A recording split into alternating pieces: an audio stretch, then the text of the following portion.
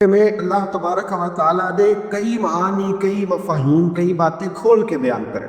فرمایا وَلَا تَحْسَبَنَّ اللَّهَ غَافِلًا، سوچنا بھی نہ، گمان بھی نہ کرنا، تمہارے خیال میں بھی یہ بات نہ آئے کہ اللہ غافل۔ یہ کبھی سوچنا بھی، یعنی یہ نہ سمجھنا کہ کبھی اس کی آنکھ بند ہوگی معاذ اللہ، کبھی اسے اونگ آئے گی، کبھی وہ ادھر ادھر ہوگا، یہ گمان بھی نہ کرنا۔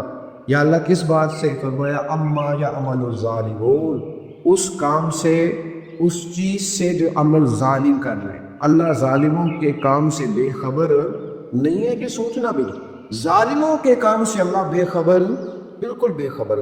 وہ جانتا ہے کہ کہاں کہاں، کس کس مقام پر، کون کس کس طرز پر لوگوں کے ساتھ ظلم کر رہا ہے۔ ہمارے صوفیہ کرام فرماتے ہیں کہ تیری سوچ بھی ظلم کرتی ہے، تیری زبان بھی ظلم کرتی ہے، تیری ہاتھ بھی، کوئی سمجھ آئی آنکھوں میں ربا، تیری سوچ بھی، جب تو صرف اپنے لیے سوچتا ہے نا اور سامنے والے کے بارے میں بدگمانی کرتا ہے، تو پھر تیری سوچ بھی، تو سوچ کا ظالم ہے۔ تو پہلے یہ ظلم کرتا ہے کہ میں طبع کے مطابق دنیا چلے جو میں چاہتا ہوں ویسا ہوں، یہ پہلا ظلم۔ پھر اس کے بعد تیری زبان ظلم کرتی ہے، پھر تو گفتگو کرتا ہے، پھر تو لوگوں کی عزت اتارتا ہے، قابل قدر لوگوں کے بارے میں کمزور فکری کہتا ہے، کچی باتیں کرتا ہے، پھر تو غیبت کرتا ہے۔ میرے نبی کریم صلی اللہ تعالیٰ علیہ وسلم نے جو غیبت کو اتنا بڑا گناہ قرار دیا، اور قرآن پاک نے کہا تو نے اس طرح کیا ہے، کسی کی غیبت نہیں کی، بلکہ تو نے تو مرے ہوئے بھائی کا گوشت بھی نوچ ڈالا، تو نے تو مر ہی گیا تھا تو اب تو گوشت بھی نوچنے لگا۔ ان لفظوں کے ہیں پھر کو اتنا بڑا ظلم قرار دیا کہ میرے نبی کریم صلی اللہ تعالیٰ علیہ وآلہ وسلم نے ارشاد فرمایا، جس نے کسی شخص کو ایسی جگہ رسوا کیا جہاں کی اس کی عزت کرنے والا موجود تھا، کوئی اس کے بارے میں اچھا سوچنے والا موجود تھا، کسی نے آ کے کہا میں نے فلاں عالم کی بات سنی، اس نے کہا چھوڑ، تمہیں نہیں پتا میں زیادہ جان، فلاں درویش کے بارے میں نے سنا ہے بڑا کامل ہے، اس نے کہا نا تمہیں کہاں پتا، میں تجھے بتاتا۔ یہاں تک کہ کوئی کسی کی بیٹی کا رشتہ لینے چلا گیا تو ہمارا چونکہ ذاتی اختلاف ہے اس کے ساتھ، بیٹی پارسا ہے، نیک ہے، اچھی ہے، لیکن کیونکہ وہ بندہ ہمیں نہیں ٹھیک رکھتا، ہمارے معیار کا نہیں، میرے ساتھ ایک دفعہ میں بھید ہو گئی تھی، اب میں نے کیا اس کا علاج کیا، میں نے کہا خبردار ان کے یہاں رشتہ نہ کرنا، اس کا باپ ٹھیک ہے، ہم عزتیں اتارتے ہیں۔ میرے رسول پاک علیہ السلام نے اس ظلم کو اتنا سخت قرار دیا کیا، نبی پاک علیہ السلام نے فرمایا اگر تو نے کسی کی وہاں توہین کی جہاں اس کی عزت کی جا رہی تھی تو رب بھی تجھے وہی رسوا کرے گا جہاں لوگ تیری عزت کر رہے ہوں، اللہ تجھے وہاں رسوا کرے، رب کریم تجھے سزا دے گا۔ تو نے کبھی بھی اللہ کو غافل نہیں سمجھنا، رب کریم کو غافل، کبھی غافل نہ جاننا اللہ تعالیٰ، کبھی غافل نہ جاننا، کبھی میرے بھائی یاد رکھے، ظلم جب ہوتا ہے اس دھرتی پہ تو کوئی تو آئین پاکستان کو چیلنج کر رہا ہوتا ہے، کوئی سمجھتا ہے کہ میں نے برٹش قانون کو چیلنج کیا ہے، کوئی کہتا ہے کہ میں نے عالمی قوانین کو چیلنج کیا ہے، لیکن جب دنیا پہ ظلم ہوتا ہے نا تو سب سے پہلے لوگ اللہ کے قانون کو چیلنج کریں، سب سے پہلے اللہ کے قانون کو لوگ چیلنج کریں، اللہ۔ اور اتنی بڑی روایت آپ کو کتب حدیث میں ان لفظوں میں اس ترتیب سے شاید نہ ملے جو امام طبرانی نے لکھی ہے۔ نبی پاک علیہ السلام فرماتے ہیں کسی ضمنی کافر کے ساتھ اگر میرے مومن نے ظلم کیا، پھر لفظوں پر غور کریں، وہ ضمنی کافر تھا، مسلمانوں کے ملک میں امن سے رہ رہا تھا، مسلم حکومت کو وہ جزیہ دے رہا تھا، میرے مسلمان نے، میرا کلمہ پڑھنے والے نے، میرے مومن نے اگر کسی ضمنی کافر کے ساتھ ظلم کیا گیا، نبی کریم علیہ السلام فرماتے ہیں میں قیامت کے دن اس ضمنی کافر کے ساتھ مل کے اپنے امتی پر اللہ کی بارگاہ میں مقدمہ کروں گا، یعنی جس رسول کریم کی شفاعت کے بلبوتے پہ جنت میں جانا ہے، اگر وہ محبوب سامنے کھڑے ہو جائے اور کہے کہ میں بھی سزا دلواؤں گا اللہ سے، تو بتلائیے میں اور آپ کہاں ٹھکانا تلاش کریں، کہاں جائیں؟ زیادتی کرنا، ظلم کرنا، لب و لہجے سے، انداز سے، اٹھنے بیٹھنے سے، گاڑی چلانے سے، کپڑا پہننے سے، روزمرہ کے معاملات کرنے سے، رشتہ، یہاں تو لوگوں نے بیٹیوں کو نفسیاتی مریض بنا دیا، ایک ایک بچی کا رشتہ دیکھنے کے لیے بیسیوں لوگ آئے، کسی نے کہا کہ 1.5 انچ کا اونچا ہوتا تو نکاح کرنا تھا، کسی نے کہا کہ اگر گھر کسی اچھی کالونی میں ہوتا تو رشتہ ہو جاتا، کسی نے کہا کہ اگر اس کے بھائی کا کاروبار اچھا ہوتا تو رشتہ ہو جاتا۔ کچھ ایسی بیٹیاں ہیں جو دروازوں اندر کنڈی لگا کے بیٹھ گئی کہ ہم کر کے اندر بیٹھ کے گزارا کر لیں گے، لیکن اب روز انٹرویو نہیں دیا جاتا، اب روز تکلیف نہیں سہی جاتی، اور لوگوں نے اس انداز میں اذیت پہنچائی تھی کہ گھروں کا سکون لٹ گیا۔ ہم لوگ کب سنبھلیں گے؟ روز باتیں سنتے ہیں، روز بات سنتے ہیں، روز تقریروں میں جاتے ہیں، روز قرآن کی آیات سنتے ہیں، لیکن لب و لہجے پر، اٹھنے بیٹھنے پر، چلنے پھرنے پر آخر پابندی کس دن لگے؟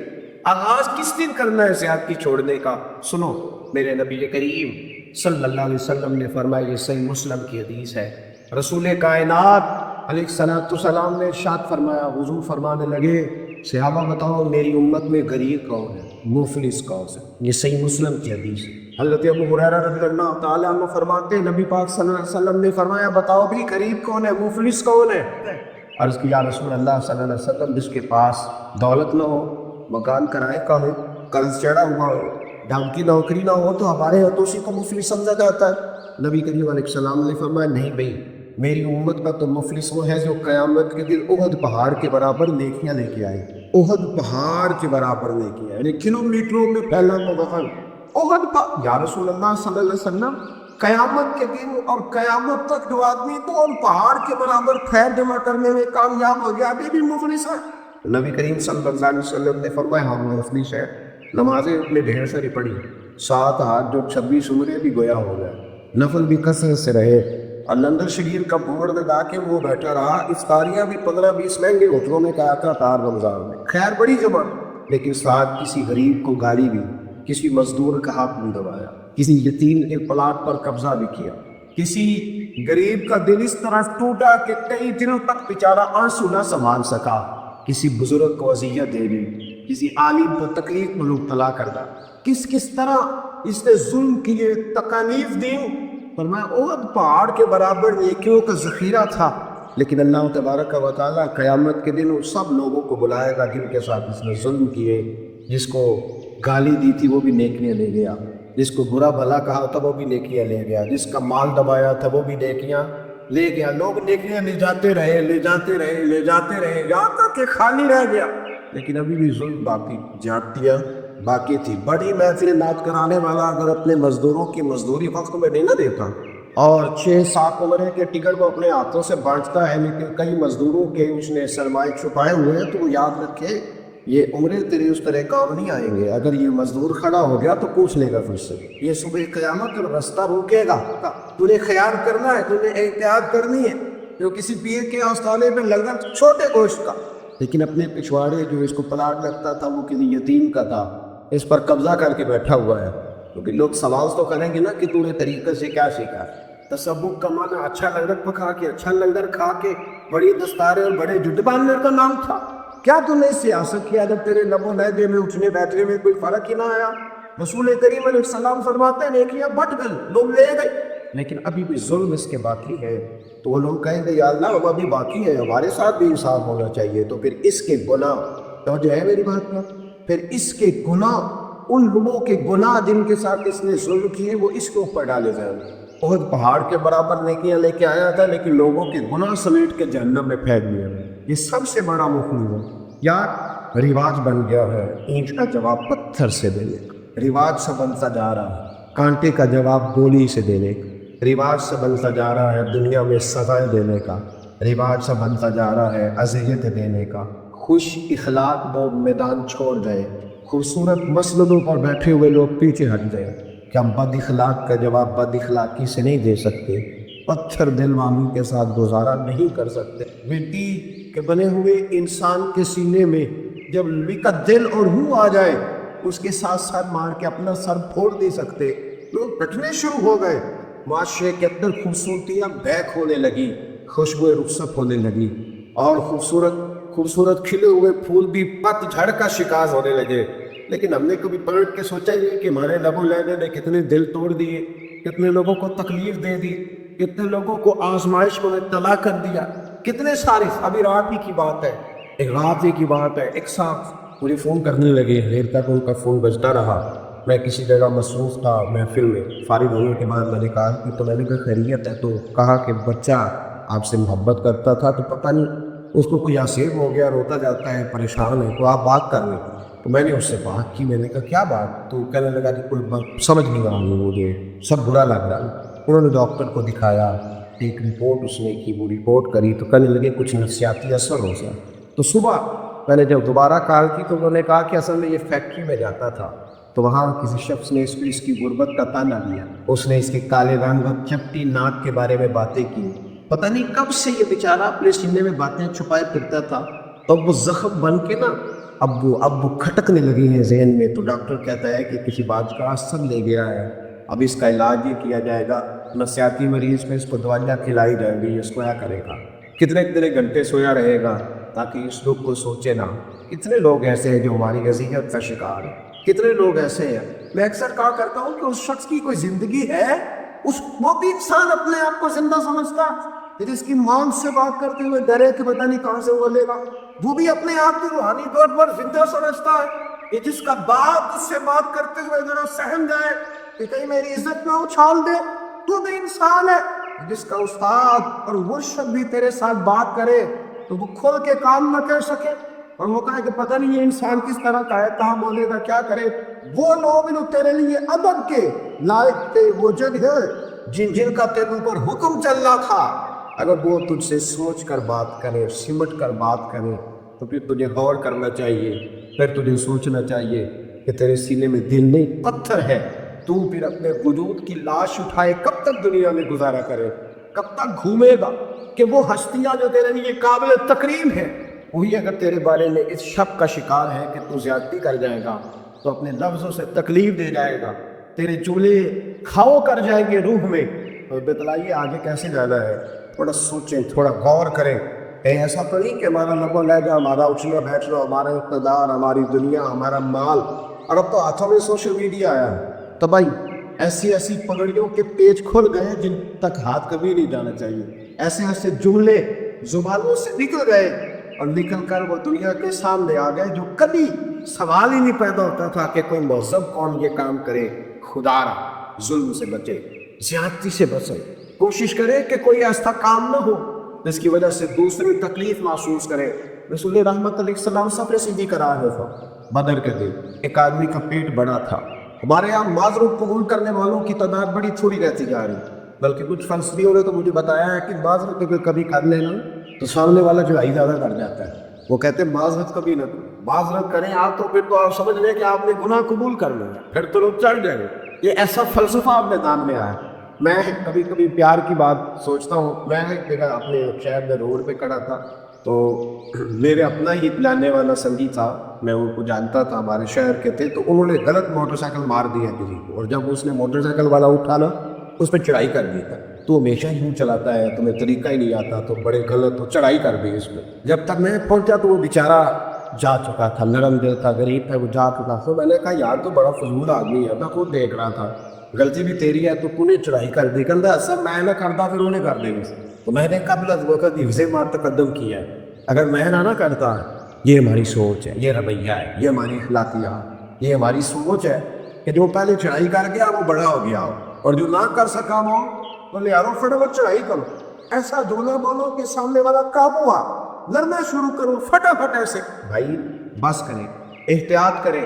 نبی پاک صلی اللہ تعالیٰ علیہ وسلم بدر کے دن صفحہ سیدھی کرا رہے۔ میری باتوں کی سمجھ آ رہی ہے آپ حضرات کو؟ حضور صفحہ سیدھی کرا رہے، ہاتھ میں چھڑی، اور حضور کی ڈیوٹی ہے صفحہ سیدھی کرا۔ صفحہ مجھے ایک بات بتاؤ، کبھی باپ نے بیٹے سے معافی مانگی ہے؟ استاد ڈنڈا مار کے معافی مانگتا ہے؟ پولیس کی تو میں بات ہی نہیں نہ کرتا، ادھر تو میں نہیں جاتا، اس طرف تو میں سفر ہی نہیں کرتا۔ کبھی آپ نے دیکھا ہے کہ بڑی گاڑی والا بڑی گاڑی سے نکلے اور رکشے والے سے معذرت کر رہا ہے؟ یہ کیسے ہو سکتا ہے؟ پھر اس کی بازاروں کا ریٹ تو بالکل لو ہو گیا کہ رکشے والے سے کہہ دیا درگزر کرو۔ عزیز دوست، نبی کریم صلی اللہ تعالیٰ علیہ وسلم صفحہ سیدھی کرا رہے تھے، صفحہ سیدھی کراتے کراتے نا اللہ کے حبیب علیہ السلام کے ہاتھ میں چھڑی رہتی۔ صحابی کا پیٹ بڑا تھا، حضور نے چھڑی لگائی، فرمایا ذرا پیچھے ہٹ جا۔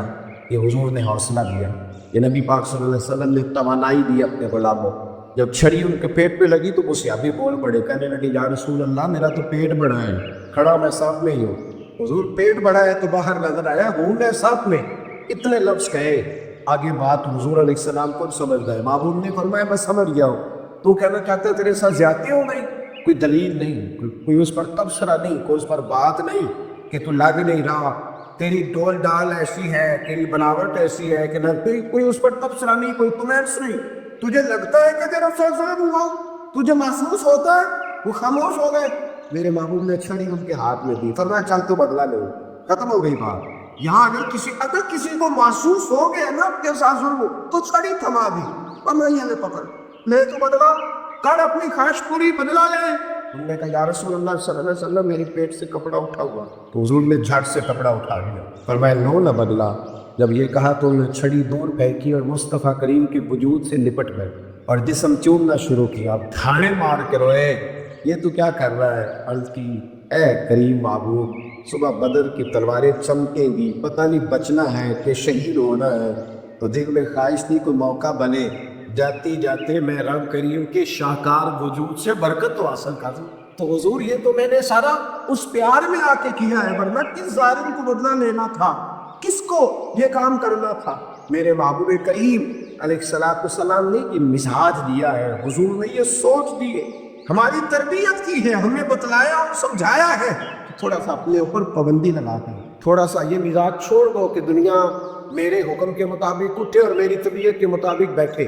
میں چاہوں تو لوگ سمٹ جائیں میں چاہوں تو لوگ گزر جائیں. یہ رویہ چھوڑ دو.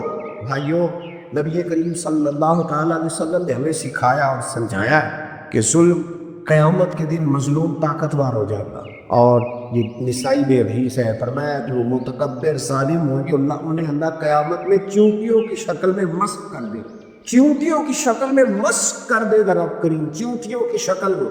اور غریب لوگ اپنے پیروں تلے رکھ کے انہیں مسل غریب اپنے پیروں تلے رکھ کے انہیں مسل جائے گی. میرے بھائی یاد رکھیں کبھی بھی کسی بھی موقع پر اگر اللہ صاحب اختیار کرے صاحب اقتدار کرے کہیں کو منصب دے ظلم نہ کرے زیادتی نہ کرے. شاہ کسریٰ اس کا ایک بیٹا تھا اس نے ارادہ کیا کہ میں اس کو گھوڑ سواری بھی سکھائی ہے اور میں نے اس کو تیر اندازی بھی سکھائی ہے نیزہ بازی بھی سکھائی ہے. اب کبھی ہو سکے تو میں اپنے بیٹے کو نا کسی عالم کے پاس بھیج دوں تاکہ ضروریات دین سے بھی آگاہ ہو جائے. شیخ حسن ایک بزرگ عالم تھے اس دور میں اپنے علم کے لحاظ سے بزرگ شمار کیے جاتے تھے. تو اسی کہا کہ حضرت آپ گھر آ کے میرے بیٹے کو پڑھا دیا کریں. تو فرمانے لگے کہ حضور کے دین کا علم ہے اسے رسوا نہیں کر سکتا میں تیرے گھر نہیں آؤں گا تیرے بیٹے نے پڑھنا ہے تو میرے پاس آ کے پڑھو. اس نے اگر پڑھنا ہے تو میرے پاس آ جا غریبوں کے بچے بیٹھ کے پڑھتے ہیں وہ بھی پڑھے آ گیا. کہنے لگا بادشاہ کہنے لگا کہ حضور میں نے بس آزمانے کے لیے پوچھا تھا ورنہ میرا بھی ارادہ یہی تھا کہ گھر آ کے پڑھے گا. الحمدللہ اس عالم کے پاس بیٹے کو بھیج رہا ہوں جو ان کا پاس رکھنے والے ہیں لحاظ رکھنے والے ہیں اس کے پاس بھی. خیر بچہ پڑھنے لگا 4-5 سال متواتر اس نے اسباق پڑھے. بلایا بادشاہ کو کہ تیرا بیٹا ضروریات دین سے آگاہ ہو گیا دستار ہو گئی. سند الفراغ اس کو مل گئی. فراغت کے بعد بچہ گھر چلا گیا. ایک دن استاد صاحب کو کچھ دنوں کے بعد کچھ خیال آیا تو پیغام بھیجا کہ ذرا شہزادے کو بھیجو میں نے ملنا ہے. 2-4 دنوں کے بعد بھیج دیا بیٹے کو ملنے آیا. استاد جی نے بچے کو اندر بلایا کمرے میں اور پھر اندر سے دروازہ بند کر دیا اور پھر ہاتھ کے اندر درہ پکڑا اور اس کے سارے وجود پر درے مارنے شروع. اس قدر زور سے مارے کہ اس کے پورے وجود پر نشانات پڑ گئے. استاد جی میری غلطی کتنا مجھے بتائیں تو صحیح ہوا کیا اب کیا کرنا تھوڑا خیال کریں مجھے بتائیں. چپ کر نالائق اب میں وجہ سے تجھے وجہ بتاؤں گا. مارتے گئے استاد جی جب خوب پیٹ لیا دروازہ کو چل دوڑ جا. وہ سیدھا باپ کے پاس گیا اس نے اپنے وجود سے کپڑے ہٹا کر دکھایا. ابا استاد نے مار کے وجود پہ نشانات ڈال دی ناجائز مارا ہے. والد کہنے لگا بیٹا جو استاد ہوتے ہیں وہ ناجائز نہیں مارے جو استاد ہے وہ ناجائز. 5 سال تو جاتا رہا کبھی ایسی کمپلین اور شکایت نہیں آئی تو آج ہی استاد نے مارنا تھا. یہ کیسے ہو سکتا ہے کبھی کسی کے ساتھ 5 سالوں میں تو نے دیکھا ظلم کیا ہوگا حضور نہیں تو کہا پھر آج کیسے کر دیا. کہا بلا کے پوچھے تو بادشاہ کہنے لگا جو قومیں استادوں کو کٹاروں میں کھڑا کرتی ہیں وہ کبھی پڑھا نہیں کرتی وہ کبھی پڑھا. ہمارے یہاں اگر پنجاب یونیورسٹی کا استاد کی کوئی شکایت ہو تو اس کو کوئی نہیں کھول سکتا لیکن مسجد کے قاری صاحب صبح اگر کسی بچے کو تھپڑ مارے نا تو ان کی چھٹی ہو جائے کیونکہ قاری صاحب بیچاروں کی تنخواہ 8,000 روپے. تو اما کہتی ہے میرا 8 کروڑ کا بوڑھا ہے کہ تو 8,000 کا مولوی تے اور بھی لب لینا اس میں لینا تو چھوٹی جو تیری ضرورت کیسی ہو رہی اور یہ ہو رہا ہے یہ ہوتا ہے اس شخص کو کوئی نہیں پوچھ سکتا. لیکن یہاں چونکہ اس بیچارے کی مرثیت نہیں ہے نا معاذ اللہ معاشر جس کا جی چاہتا ہے وہ جا کے چڑھائی کرتا ہے. آمدان برسر مطلب کہا بھائی کٹہرے میں کیسے بلاؤں استاد کو. بچہ کہتا ہے مجھے تکلیف بڑی تھی میں نے اماں سے بھی کہا کہ اماں استاد جی نے ناجائز مارا پوچھے. اماں کہہ لیجیے بیٹا تیرا ابا اول تو کسی کو نہیں کہتے اور اگر کہہ رہے تو پھر اسے ہاں کوئی نہیں کرا سکتا. اب بات ختم ہو گئی صبر ہی ہے اگر تو کرے تو وقت گزر گیا، 35 سال بیت گئے، بادشاہ کا انتقال ہوا اور بیٹا حکمران بن گیا۔ شیخ حسن بوڑھے ہو گئے، اتنے بوڑھے ہو گئے تھے کہ یہ ہمیں بھی سفید ہو کر جھک گئی، دونوں ہاتھوں سے لاٹھی پکڑتے تھے، اس پہ جھکے رہتے۔ جس دن وہ شہزادہ تخت میں بیٹھا تو پہلا حکم یہ دیا کہ میرے استاد جی کو بلو۔ گئے لوگ بلانے، وہ لاٹھی پہ جھکے ہوئے آئے، لاٹھی ٹھیکتے ہوئے، اور آ کے کھڑے ہوئے بڑھاپے میں دکھانے لگا، استاد جی محسوس نہ کرنا، محسوس نہ کرنا، آپ کو میں نے بڑھاپے میں تکلیف دی، مجبوری تھی۔ ابھی بھی رات کو جب یاد کرتا ہوں تو دردیں پھر ہونے لگتی، ابھی بھی رات کو جب سوچتا ہوں تو پھر سے وہ تکلیف دوبارہ میری طبیعت میں جاگزیں ہو جاتی ہے۔ بتائیں کیوں مارا تھا؟ اس وقت تو میں بے اختیار تھا، کچھ کر نہیں سکتا تھا، اب اختیار آیا تو بتائیں۔ تو شیخ نے دعا کے کھولی، بوڑھے تھے، اور غور سے دیکھا، دعا کو میں آنسو چمک آئے، کہنے لگے میں تو رب سے دعائیں مانگتا تھا کہ یہ دن آ جائے جو آج آیا ہے، اسی دن کے لیے مارا تھا، آج کے دن کے لیے۔ کہا استاد جی کیا مطلب؟ کہ انہوں نے کتنی دنوں میں مار کھائے؟ کہا 35 سال۔ کہا تجھے بھولا تو نہیں نا 35 سالوں سے؟ آج کیوں بتایا؟ کہا آج میں با اختیار ہوں، تو بلایا۔ شیخ حسن کہنے لگے بیٹے مجھے پتا تھا تو حکمران بنے گا، کسی کے ساتھ ظلم نہ کرو، ظلم نہ کرنا، اگر تمہیں 35 سالوں میں نہیں نہ بھولا تو مظلوموں کو قیامت تک نہیں بھولے۔ اور فرمایا آج تو با اختیار ہوا ہے تو تو نے مجھے بلا لیا نا کٹہرے میں، قیامت کے دن غریب با اختیار ہوگا، وہ پھر بڑے بڑے مجرموں کو بلائیں گے، بڑے بڑے پاپیوں کو کھڑا کرے، اللہ کے حضور سوالوں کے بعد دینے پڑے، بیٹا ظلم نہ کرنا۔ شہزادہ سمجھدار تھا، اٹھ کے آیا، استاد کے ہاتھ چومے، کہنے لگا استاد جی میں جسے پھینٹی سمجھ رہا تھا، مال سمجھ رہا تھا، تشدد جان رہا تھا، مجھے تو اب سمجھ آئیے وہ بھی میرے اسباق میں سے ایک سبق تھا، وہ بھی میرا ایک سبق تھا جسے مجھے یاد رکھنا چاہیے تھا، وہ تو آپ نے میری تربیت یاد رکھے۔ ظلم جو ہوتا ہے نا، ظلم اس کا زخم کبھی صحیح نہیں ہوتا، جو زیادتی ہوتی ہے نا اس پہ جتنے مرضی برہم رکھے، خون پھر خون ہے، یہ ٹپکے گا تو جم جائے گا، دست قاتل پہ جمے یا کف صحرا پہ جمے، یہ جم جایا کرتا ہے، اس کی فطرت ہے نا، یہ جم جاتا ہے، خون پھر خون ہے، جب ٹپکے گا تو جم جائے، دست قاتل پہ جمے یا کف صحرا پہ جمے، یہ جم جاتا ہے، یہ بولتا ہے ظلم نہیں کر کبھی بھی زیادہ۔ اور اگر کہیں کسی جگہ کوئی ظلم ہو گیا ہے، کسی جگہ کوئی زیادتی ہو گئی ہے تو پھر مہربانی کرے آج اس کا بدلہ چکے، آج معافی تلافی کرے، آج اپنی غلطیوں کا ازالہ کرے، آج اپنی طبیعت کو بدلے، آج اپنے ماحول کے اندر تبدیلی لائے، آج کوشش کر، ورنہ پھر قیامت کے دن کا جو حساب ہے وہ سخت ہو گیا، وہ سخت ہو۔ یہاں تو تھوڑی سی عزت محسوس ہوگا نا کہ ہو کہ نہیں، میں کہا کرتا ہوں کہ انا تو سچی بھی ہو تو صحیح نہیں ہوتی، اور اگر کسی کی جھوٹی ہوتی، انا تو سچی بھی کو پال لے تو وہ بھی ٹھیک ہے، انا جو ہوئی، اور اگر جھوٹی ہو تو پھر تو بڑی خطرناک ہے، پھر تو خوفناک، تھوڑا سا انا کا بہت گرانا پڑے گا، اور قیامت کے دن اگر بدلہ کسی نے لیا تو پھر نیکیاں دینی پڑے، پھر سزا ملے، پھر تکلیف میں آئے، آج بدلہ لے دے دے، آج معافی چاہے، آج آگے بڑھے، آج تھوڑی احتیاط کرے، آج اپنے دائیں بائیں کا ماحول ٹھیک کرے، آج حقوق العباد کے رویے جو کمزور ہو گئے اس پر توجہ دے۔ مکران شاہ ایک ایسا شخص گزرا جس نے بادشاہی چھوڑ کے فقیری کی، تو جو ہے میری بات کیا چھوڑ گئی؟ بادشاہی چھوڑ گئی۔ ارادہ کو ہمارا بھی بنتا ہے لیکن فیصلہ نہیں کر پا رہے۔ آج سے 25 سال پہلے بھی جب کوئی تقریر سنی تھی تو ارادہ اس وقت بھی کیا تھا، لیکن 25 سال بیت میں فیصلہ وہ پتہ نہیں کب ہونا ہے، اس کے لیے پتہ نہیں اب کون سی ڈیٹ آنی ہے، فیصلہ نہیں کر پا، فیصلہ کرنا ہے اس سے پہلے کہ ٹانگوں میں جان نہ رہے، نظر کمزور ہو جائے، سماعت۔ اور اب تو اللہ تبارک و تعالیٰ معاف کرے، 15 دن 20 دن لوگ بیمار رہتے ہیں، تو پھر سارا وجود اس قدر زیادہ ختم ہوتا ہے کہ وجود سے روح پرواز کر جائے، تو لمبا وقت ہی نہیں ہے، فیصلہ کرو۔ بڑے بڑے لوگوں نے فیصلے کیے، جو وقت پہ فیصلے کر گئے وہ جناب ابو بکر صدیق بنے، جنہوں نے وقت پر فیصلے کیے وہ مولا علی شیر خدا ہوئے، اور جو انتظار کرتے رہے ان کا پھر حال خطرناک ہوا۔ کہتا تو ابو جہل بھی یہی تھا کہ سچ کہتے ہیں جو کہتے، اور بدلنے کا فیصلہ نہ کر سکا، کم نہیں فیصلہ، ورنہ دیر ہو جائے تھی، اور اتنی دیر ہوتی ہے کہ پھر دوبارہ اس رستے پہ اس سڑک پہ چڑھنا ممکن نہیں ہوتا۔ مکران شاہ شہر کا اور شکار کا بڑا شوقین تھا، بادشاہوں جیسے مزاج ہوتے ہیں نا۔ ہماری قوم میں کچھ لوگ روٹیاں مانگ رہے ہیں، کچھ بیچارے بھوک کا شکار ہیں، سردی اتنی زیادہ ہے کہ کمروں میں لگانے کو ہیٹر نہیں، اور کچھ ایسے ہیں کہ جو جیسے ہی برف کا اعلان ہوا ہے تو 4 گاڑیاں کرا کے تو کاغان میں رات چلے فٹافٹ، وہ کہتے ہیں موسم بڑا بھلا ہے۔ یہ عجیب منظر ہے نا کہ گندم امیر شہر کی ہوتی رہی خراب اور بچی کسی غریب کی